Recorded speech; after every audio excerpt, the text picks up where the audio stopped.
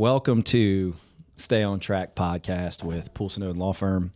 I'm Danny Poolson, along with my fabulous co-host, Carisa Oden. And today we are airing our second episode of Stay on Track podcast with Poolson and Oden Law Firm. Today we were continuing to learn more about our brilliant attorney, Carisa German Oden, her tremendous family and their amazing story.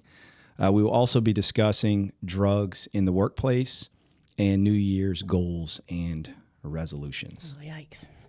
Yeah, lot to unpack today. So let's get started with our fearless leader, Carisa German Oden. I think to start though, something to know about Carisa: she's not the most excited about sharing her story. She's an amazing listener, and I think she's reluctantly agreed to share more about her. And so I think that's really a very, very cool attribute of Carisa, to really be that, lack of a better term, vulnerable for everyone. So I appreciate you sharing your story, and I think it's an amazing one. So a little bit about Carisa. She was a pretty good volleyball player in high school, got a scholarship to play at Loyola New Orleans. Yeah, well, Loyola doesn't give away sports scholarships. It was academic, and then they said you could play volleyball too, which was exciting. Yeah. But you don't get no money for that. All right, so where you from? How you get to New Orleans? Tell us about that. I'm originally from Colorado. My family moved around a little bit when I was younger. I ended up in Oklahoma for high school, and so that's where I went to high school, and then came to New Orleans for a volleyball tournament with my mom. I was 16, and it was like the most amazing place I'd ever been. There was things open at 2 a.m. Like we could see it from our hotel room, and so we had a blast. And I thought that would be a fun place to go to school, so I came down here. Came down here for school. Mm-hmm. Never left. We need a noise that goes zoom zoom. Maiko, you met a boy? I did meet a boy, and that boy's from here. So what I learned is that two things in Louisiana: when you say where'd you go to school, that means high school, not college. And if you're from here, you don't usually leave, which I found is because the community here is so tight knit. It's like a true community. When you go other places, you don't find that.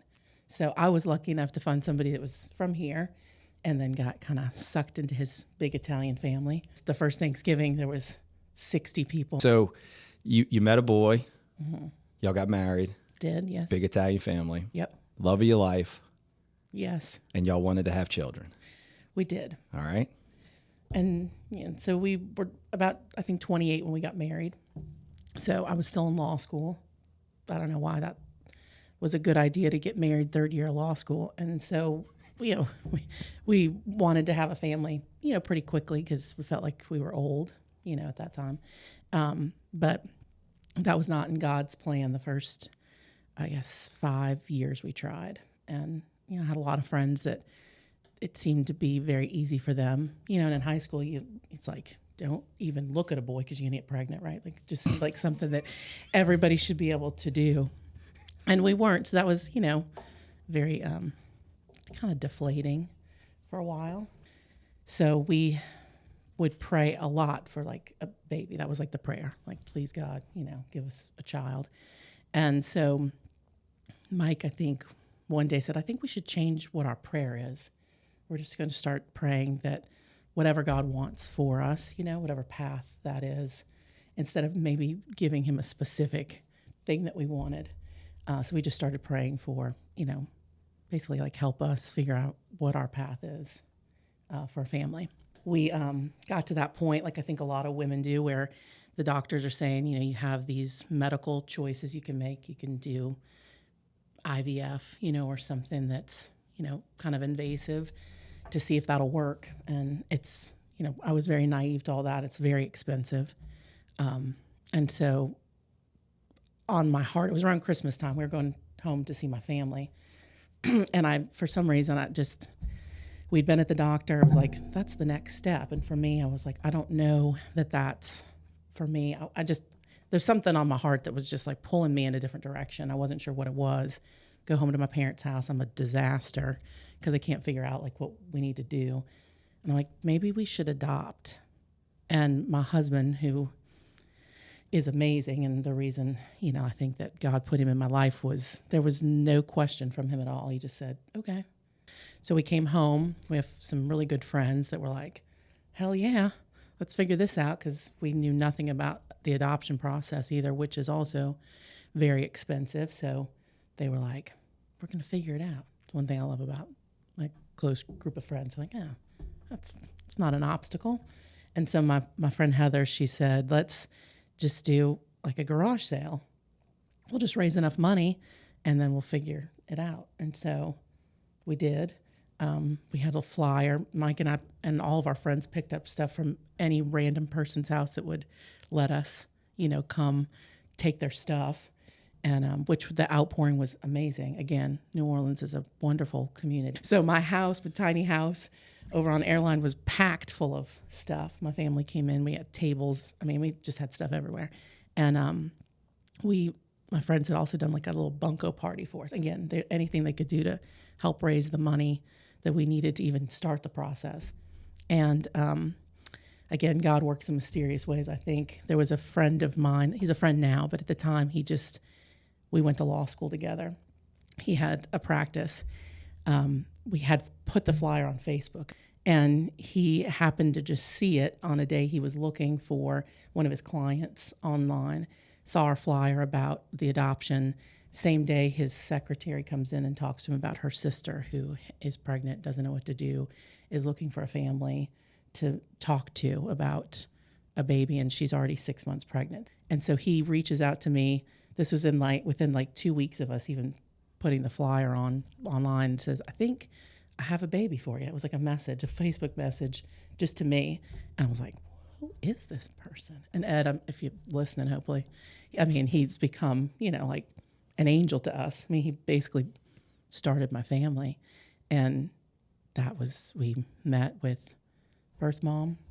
To give you kind of a time frame, February 18th is when we posted about raising money. We had Abigail in June. I'm so blessed because so many friends, people, friends of friends who've gone through the adoption process, it can take a very long time, and through an agency. And God's got a funny sense of humor, because we raised just enough money for everything that we needed for her with the birth mom and everything. It was like almost to the penny, which was really kind of strange. But with that garage sale and other people donating, we had T-shirts that we made that have a big tree on them. It says, I think it says family trees grow in different ways, right? Baby Oden. And for so long, I tried to go home, back to Colorado, where I think I needed to be. And every time we would try that, we would, something would happen where we were here. Had we left, we would never have Abigail. And then told me I couldn't be pregnant. Got pregnant, told the doctor he was crazy. He said, we can be wrong. I said, well, you told me I couldn't have babies. We were like arguing, and Mike's like, I think he's like, he knows what he's talking about, like as we're there. I'm like, I don't think he does, because he told me that I couldn't. And now this is years later. Yeah, Abigail's probably about a 4. Okay. And we had just decided again that we were going to try to adopt again, because we were like, we want her to have a sibling. But again, we were like, if she's our only one, we're just blessed that we have her, Got pregnant with Felix. And then we were like, this is amazing, right? I get to go through both things. I was with the birth mom when Abigail was born. I was in the room, got to go to all her appointments. So when we were pregnant with Felix, thought that's, how much more blessed can we be?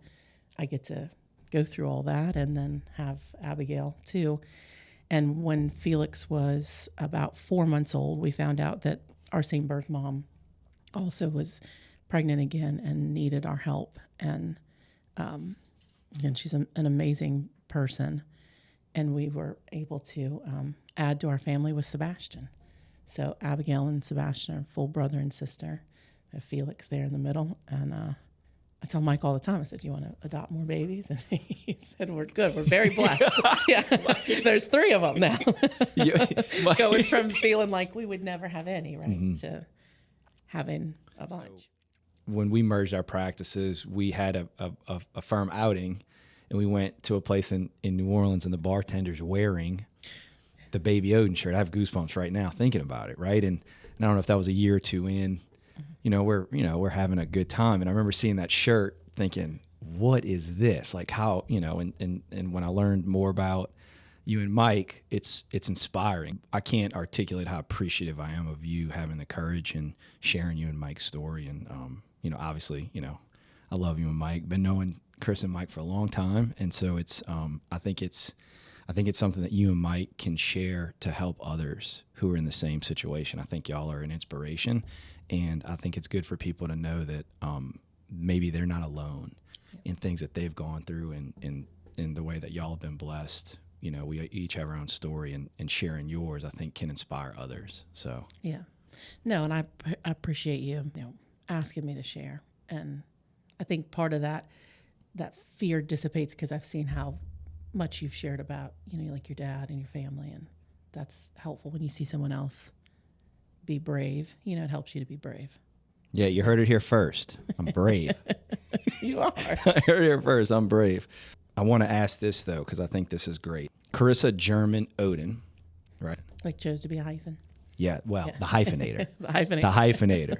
Yeah. Well, when I was in law school, Michael, he worked, full time at restaurants in the quarter, at Dickie Brennan's and Mr. B's, and I didn't realize when I started law school that they make you sign something that doesn't allow you to work like the first year.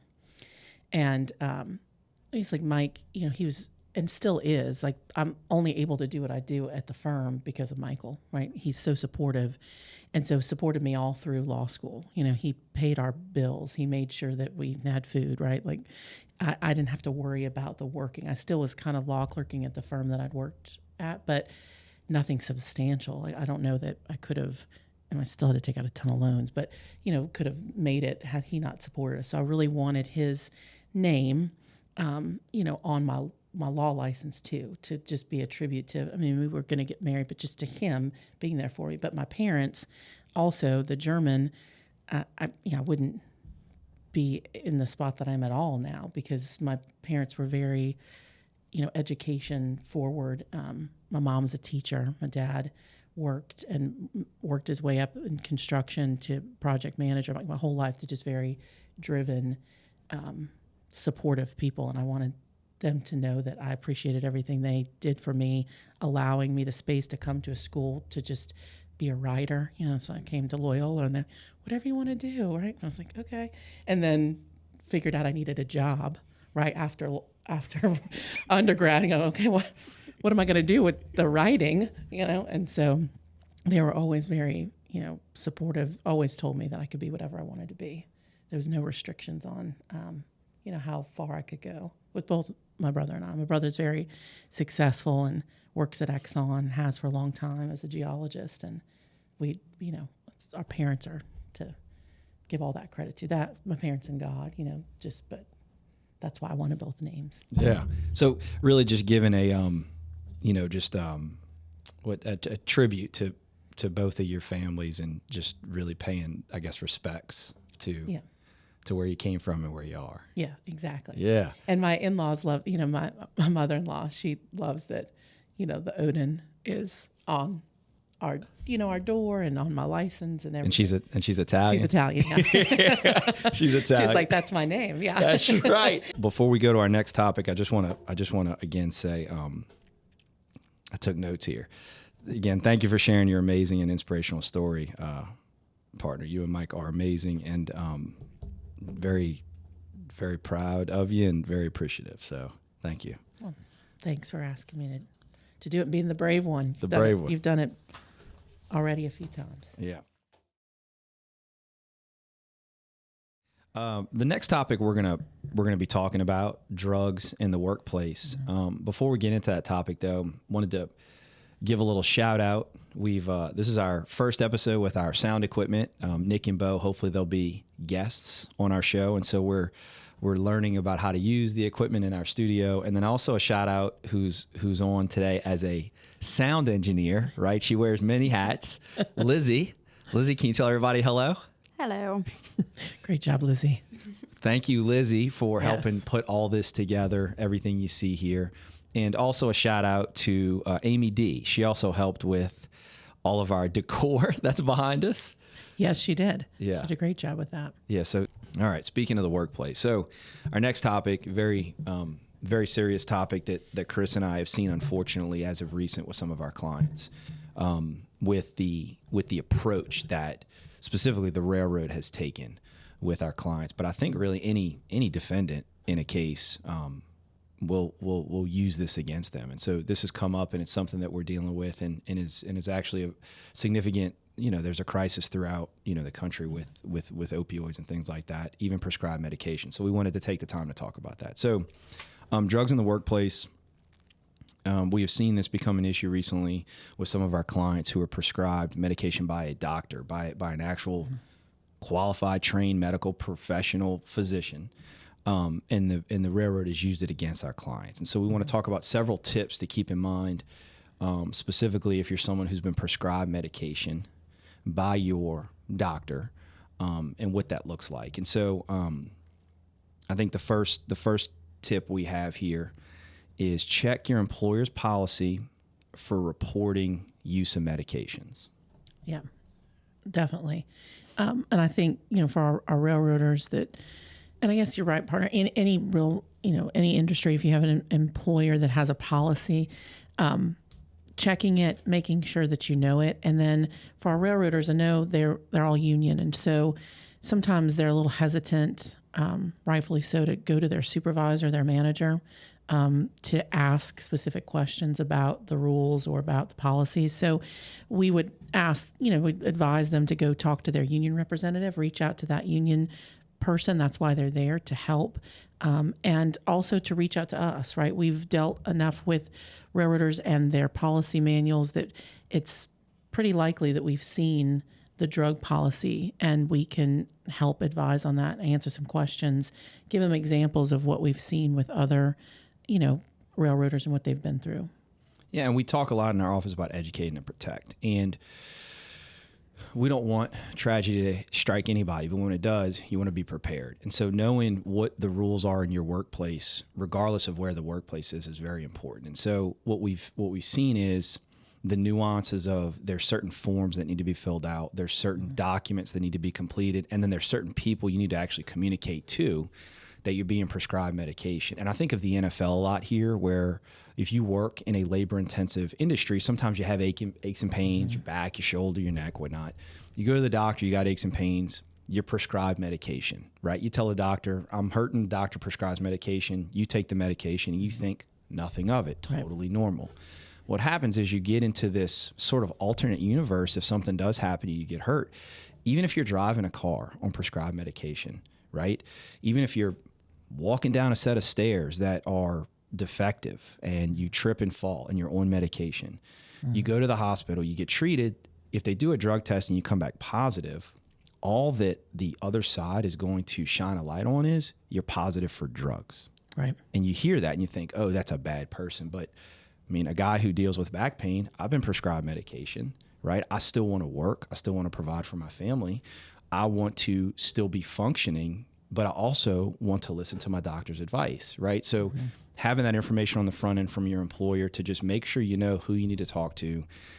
Is your medication prescribed? Talking to your doctor. This is something we talk a lot about too. Advocacy in medicine, right? Where you're asking the questions and communicating with your doctor. And sometimes doctors, I don't know if you want to talk about that, partner, but sometimes doctors may be real quick to shuffle you in and shuffle you out, and they don't know exactly what your job duties entail, what it is you have to do in the workplace. Do you drive heavy machinery, things like that, and advocacy with medicine.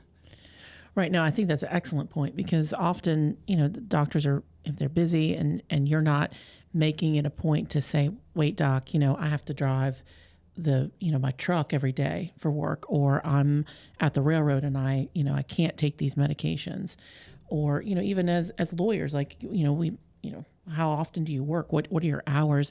How is this going to affect me? Kind of making the doctor sit there with you and go over that.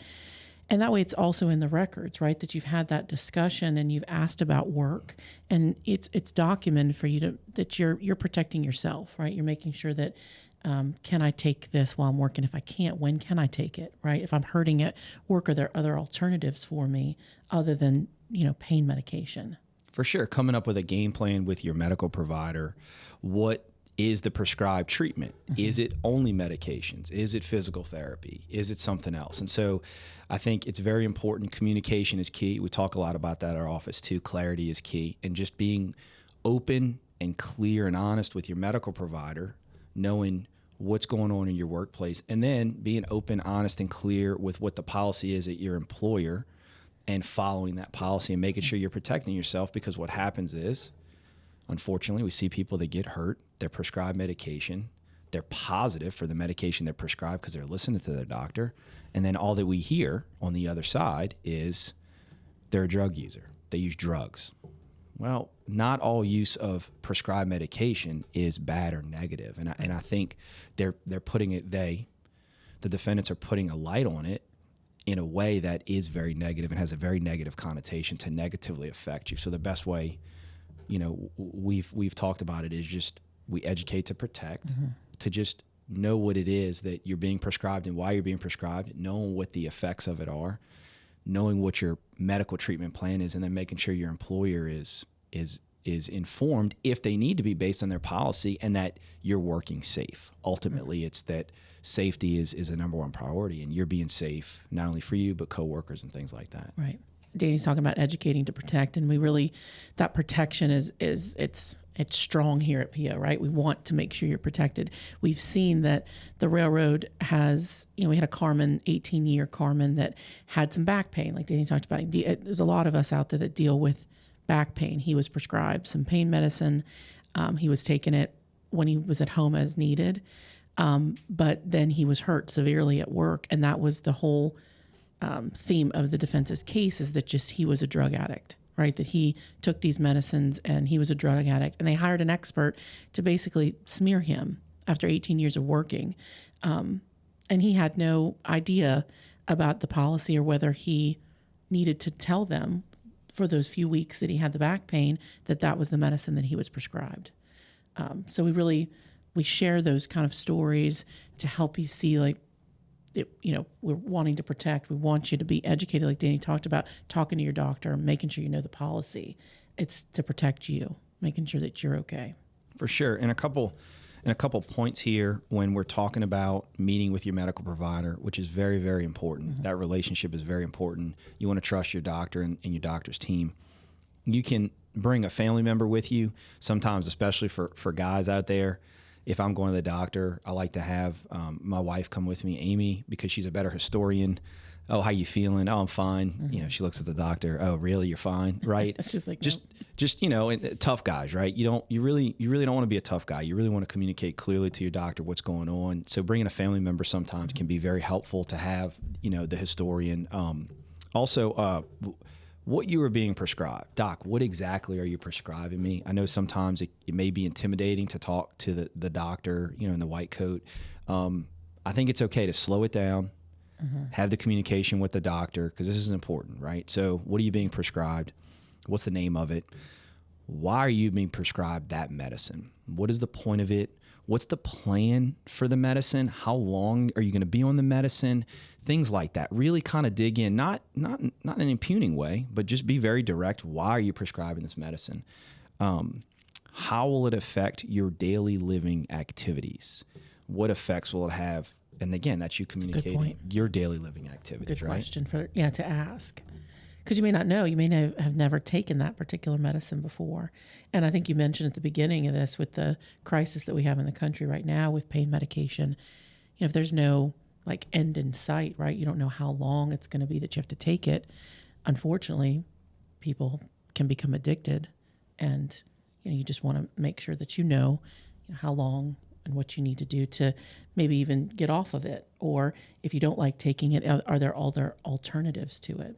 Yeah, I think that's an excellent point. I think too much of anything can be a bad thing, right? And so same thing with medication. It has its purpose. The advances in medicine are a good thing, but you just want to be very cautious about just generally what's being prescribed, why it's being prescribed, and how long you'll be on it. You'll be on it, yeah, for sure. For questions relating to any of those types of topics, drugs in the workplace, we want to be a resource for you and anyone you know. Very serious when we talk about medical treatment. And so that does it for topic 2, drugs in the workplace. We're going to take a short break and we'll be right back. Last topic of episode 2, we're going to be talking about New Year's resolutions and who's blown right through those. We all start out with New Year's resolutions, and then for a lot of us, maybe some of us included, we fail to stick with those resolutions. So True. Yeah, we're going to talk about resolutions and how to stay on track with resolutions. What do you think, Carisa? This is a safe place for everybody listening. It's okay. We want you to be honest when you're thinking about it. You probably haven't made it through the 2 weeks of going to the gym, right? And you probably ordered the pizza for the kids. It's all right. We're going to talk about helping you adjust those, right? We're going to be fluid like water. Fluid like water. Because then there's like a goal, right, that we can stick to. And sometimes if that goal is, right, you want to lose 30 pounds and what you're going to do for your resolution is the gym 3 times a week. Maybe you haven't made it there every time, but you could do, if you did one day at the gym and then maybe you could walk the other days, you're not messing up your goal. Yeah, that's a good point. And when you say that, though, the 2 things I think are, 1, are you judging people for not getting their resolutions done? And then 2, are you suggesting I need to lose 30 pounds? No. I said this was a safe place. There's no judgment, right? Like there's no, I'm saying we need to be like water, like Bruce Lee, right? Yeah. And as you're saying, I'm saying, when you say it's a safe place, there's no judgment, all I hear is the word judgment. Lizzie? I feel a little bit judged. All right. I was saying that this is a safe place. This is a safe place. It's okay. Yeah. There's no judgment. I think for us at our practice, we this year we all came up with a word to be intentional about in 2024, right? Mm-hmm. And so it was just kind of a small goal that we set, but something where we're looking at daily habits. And big fan of Nick Saban, which I know all my LSU Tigers out there are not going to appreciate. Congratulations, coach. He's amazing in his retirement. But he talks a lot about the process. And we talk about that here too, is not necessarily focusing, like Carisa said, on the end goal, but focusing on your process, your daily habits, your daily routine. And something that we wrote down here that we learned about a while ago, the Jerry Seinfeld episode, or the example of what he did with writing every day. Yeah. And so he would have one of those big calendars, and every single day he would dedicate a certain amount of time to writing, and then he would put an X on that calendar. So he would see it. It would be a visual. Every day he would see this calendar, and he needed to put an X to fill his time and investment in his craft. And so that, I think, is a good example of the process and just having the habits and the daily routine, where if you're doing one little thing every day versus trying to complete your whole goal, your whole resolution every day, I think it becomes a little less overwhelming. Overwhelming is a good word. Yeah, I think sometimes we pick something, we get real excited at the beginning of the year, right? And you're like, okay, I'm going to get into whatever it is that I want to do and make this like the best year. And then that goal may be, or resolution may be a little lofty, right? And then we get discouraged because it's like, oh, I haven't done that yet. Maybe like I think with Seinfeld, it's like, I got to write every day. It's very easy, kind of like clear, achievable thing. Mm-hmm. And then again, I think, when we talk about being fluid, making sure that you keep focused on what the ultimate goal is. And like, if you have to adjust what you do daily to try to achieve that, I think that's okay. Do you disagree? No, I think you're right. And you talked earlier about weight loss. And I think a lot of people, that's like a goal that they have. Yeah, at the beginning I'm going to get in shape, this, that, and the other. And I know, for a guy who's done CrossFit and who wrestled and those sorts of things, I'm older now, and my mind may think, yeah, not quite as old as Carisa, but I am older now, yeah, right? I was waiting for that. Well, you open the door. The door. But no, in all seriousness, I think, especially for folks who are getting older, our mind thinks we can do one thing, but physically we can't. And so it's one of those things where just going to the gym and doing something is better than not going to the gym at all. And you don't have to go in there and do your 25 pull-ups in a row and bench, 225 pounds. But maybe it's go in there and do your exercise, get your heart rate up, do whatever the workout is. It's something is better than nothing. And we talk especially about this podcast, right? Done is better than perfect too. Correct. Right? And so getting something accomplished versus doing nothing is better than doing nothing. So Right. And I think, Danny has twins that are 7, right? I have 3 kiddos. Sometimes it's, life is hectic and hard, especially when you got little ones. So, just kind of giving yourself some grace, not letting yourself off the hook, I guess, but giving yourself some grace to go, okay, if I couldn't make it to the gym today or this morning or whatever, I had to take the kid with the king cake to class, making sure that you make some space for yourself or whatever it is that you have as your goal. Like maybe that later that night you take a walk, right? You take a bike ride with the kids. You count it as something towards that goal so that you're not feeling so rigid in it. And then, oh, okay, we're at the end of the month and you're like, you feel like you haven't accomplished anything, right? You feel then you're down in the dumps, then you're not doing anything, right? Yeah, and there's so many visuals we could show right now to indicate kind of progress and sticking with the process and going back to fitness. I think that's a really easy example because you may go to the gym, right, for a month and not see results. Yeah, that's I'm in that bucket, right? So I've exercised for a whole 4 weeks and I look exactly the same. That's enough. But you may be on the cusp of getting to a point where you start to see those efforts that you put in daily. And so I think it's kind of sticking with the process versus have I achieved my goal yet. Sticking with the process, I think, helps to ultimately achieve the goal. And I think what's difficult is the time period between setting the goal and achieving the goal, that's kind of the grind zone area where you get maybe frustrated because you're not seeing the results of the goals that you want to see as quickly as you want to see. And I see Lizzie making a face. Lizzie, she's shaking her head. Lizzie, what do you think about that? Oh yeah, this one definitely resonates with me. I definitely have been in that boat of making a goal and having it be such a great goal, super high achieving, and then get to the daily grind and you miss it and you keep missing it and you get really discouraged about it. And so that's something that my fiance Antonio and I really are focusing on for this year. Every year we come up with these great big goals, and then if we don't meet them, it's super discouraging. And so this year we really focused on a lot more smaller, more achievable goals that can give us the momentum to get us to where we want to be. So that resonates with me a lot. I think that's an excellent point, like the smaller goals, right? Because then you can add those up. It's like building blocks, right? To maybe the bigger thing that you want to achieve. We put up a visual at our office, right? To show the growth, maybe a visual, right? Which helps you see it, right? Point, yeah. And I always go back to that Seinfeld episode because if you see it, you're looking at it every day and you're like, okay, this is front of mind. I'm going to be intentional about my time. As far as different sorts of habits, I don't know if this is okay to plug, but Exodus 90 is it's a faith-based program, but it's 90 days and it's an app and it holds you accountable for different sort of achievable goals and it keeps you in the moment day to day versus looking like you're saying down the road, when am I going to have this nice house or whatever, instead of focusing on that where you're focusing on the day to day and then not letting the end result discourage you. Because I can tell you that there are a ton of goals that I know I haven't achieved, and Chris has been real good, and I kind of want you to talk about that, Carissa.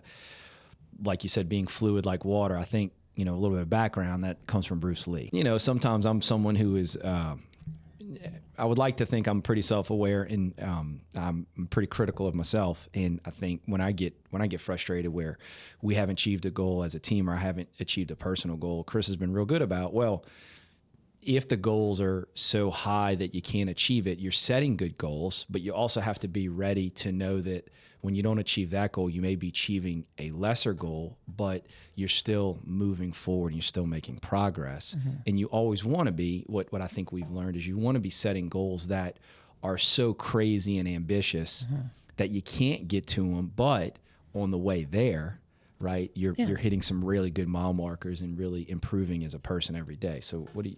Yeah, I think that keeping, and you talk about this a lot, partner, at the office too, like keeping the momentum, right? I mean, it's all about our mindset, right? And when you don't have a good mindset, if you're in the dumps or overwhelmed, right, it's hard to see that you're achieving anything or making any kind of progress.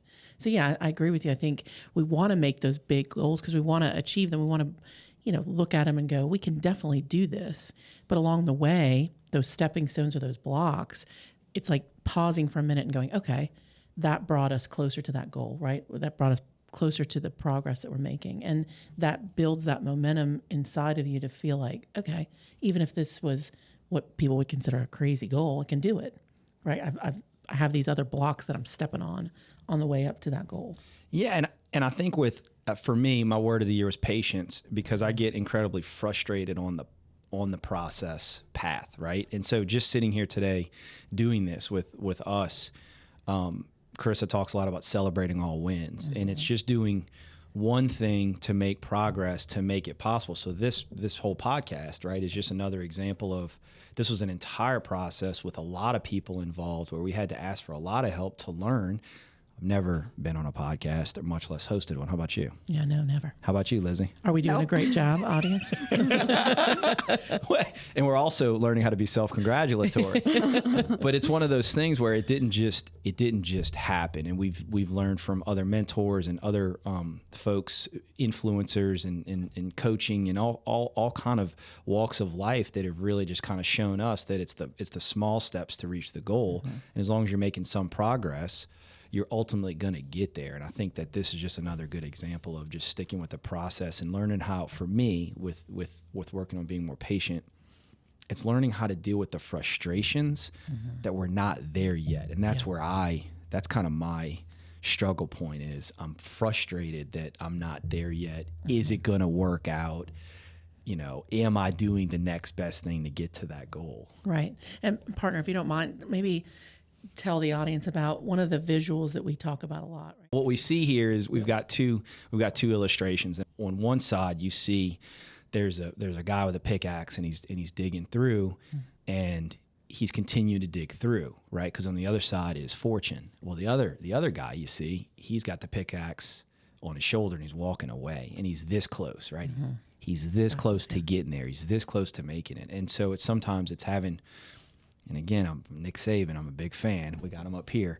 Very, very big on the process. And if you stick with the process, the goal is going to be basically a result of working on the habits and the daily routine versus I'm just going to get this goal.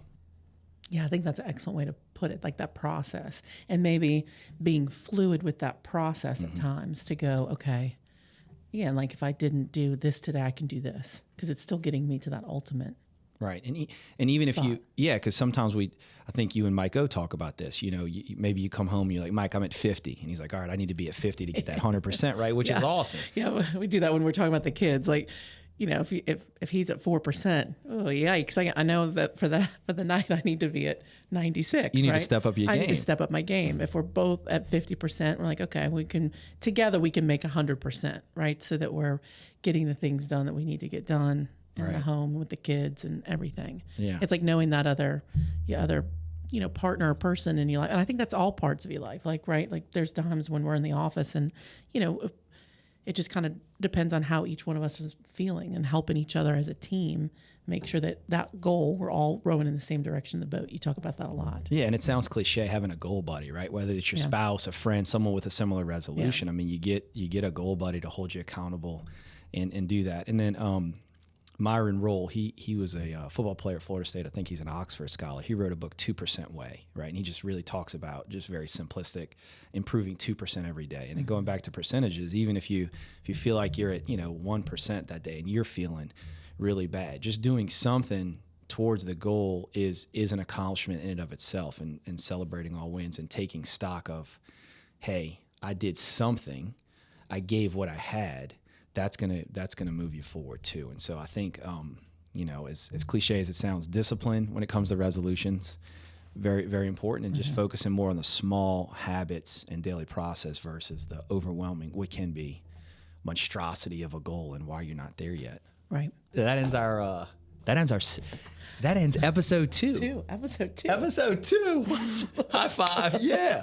Episode 2. Yeah, thanks for listening. Huh? So for everyone who's still listening, thank you very much. Yeah, that's just my mom and Danny's mom. Get some more people to listen. Yeah. So tell us something good. Please like us and follow us on Facebook. We're on Spotify, Apple Music, Amazon. We appreciate it. And so for my amazing partner, Carisa, I'm Danny, and thank you all for staying on track with Poolson and Oden Law Firm. Thank you.